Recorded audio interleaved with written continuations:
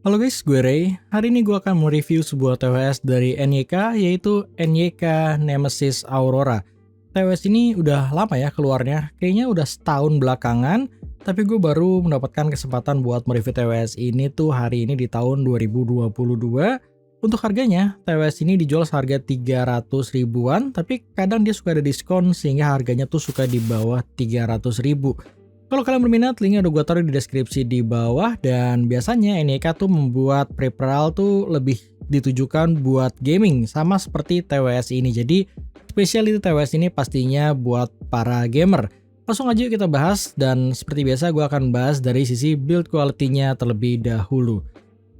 Jadi untuk desain dan build quality-nya gue ngerasa Aurora ini dari sisi size itu agak besar ya, karena dia memang mempunyai size yang lebih besar dibandingkan TWS pada umumnya. Jadi kalau kalian memang hobi traveling atau memang kalian menggunakan TWS tuh lebih sering buat dibawa-bawa, gue sebenarnya nggak terlalu merekomendasikan TWS ini karena size-nya yang memang sedikit lebih besar dibandingkan TWS pada umumnya. Tapi kalau soal build quality-nya untuk harga yang ditawarkan, gue rasa build quality-nya udah cukup bagus. Untuk materialnya memang masih berbahan plastik, tapi untuk kerapihannya gue rasa ini udah cukup oke. Untuk layoutnya sendiri, untuk charging portnya terletak di sisi kanan, dan charging portnya udah menggunakan USB Type-C pastinya.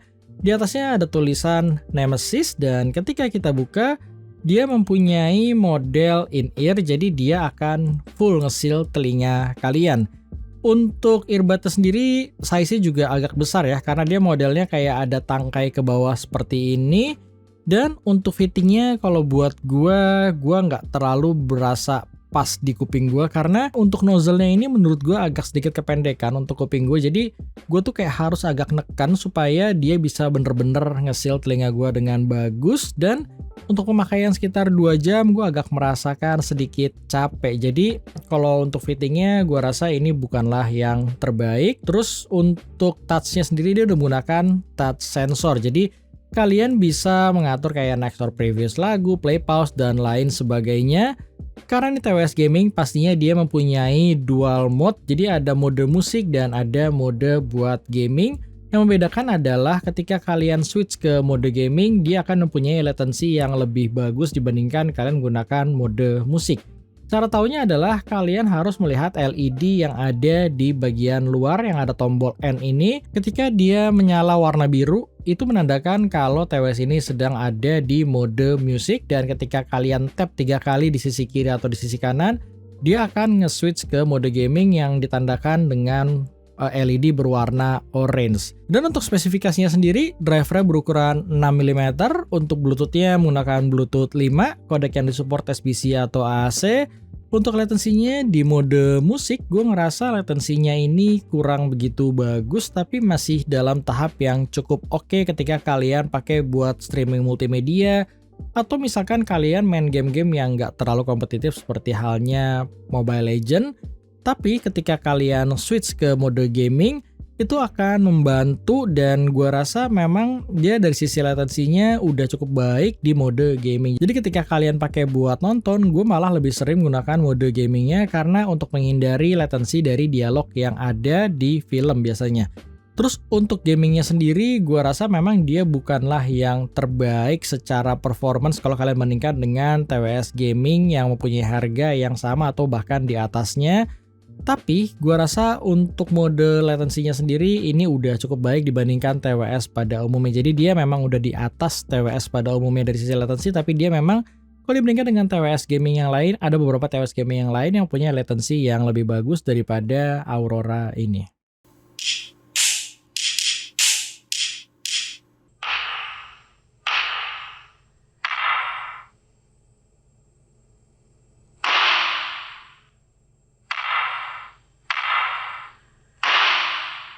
Oke, dan sekarang gue lagi ngetes mengenai kualitas dari built-in microphone Aurora W700. Gimana menurut kalian? Silahkan kalian lihat sendiri mengenai kualitas mikrofonnya.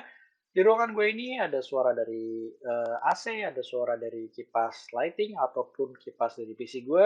Kira-kira kalian bisa mendengar atau enggak suara dari noise sekitar gue ini? Dan itu aja mengenai sampel dari kualitas mikrofonnya, dan sekarang kita lanjut lagi ke reviewnya.